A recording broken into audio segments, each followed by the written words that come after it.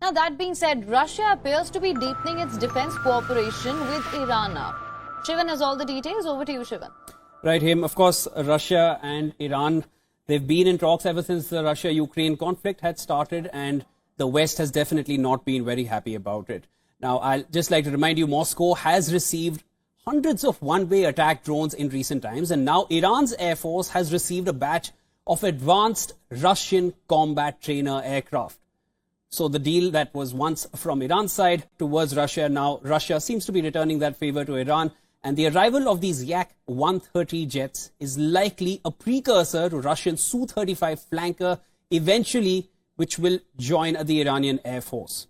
Now, here's more on the Russia-Iran defense partnership, which definitely makes the West rather jittery.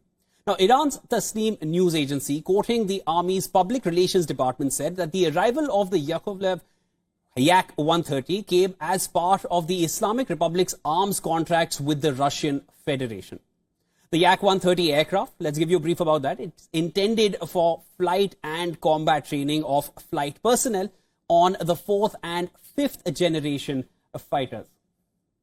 Now, it can perform combat missions against ground and air targets in favorable and adverse weather conditions. The aircraft provides practice of all the tasks of the pilot training course, including combat use. The Russian jet boasts of high power to weight ratio and maneuverability. Now, it ensures the capability of autonomous basing and operation from paved and unpaved runways. The Yak-130 definitely brings Iran closer to operating modern Russian military aircraft, something that Iran is definitely eyeing. Now, the Su-35, let's talk about that next. It is a multi-role, super maneuverable one-seat fighter jet. The aircraft is designed to engage air, ground threats and to counteract naval surface forces of an enemy force. The Russian fighter destroys ground infrastructure objects that are covered by air defense missile systems and conducts aerial surveillance as well.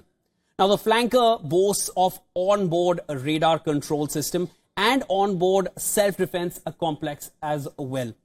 The Su-35 has a maximum takeoff weight of more than 34,000 kilograms.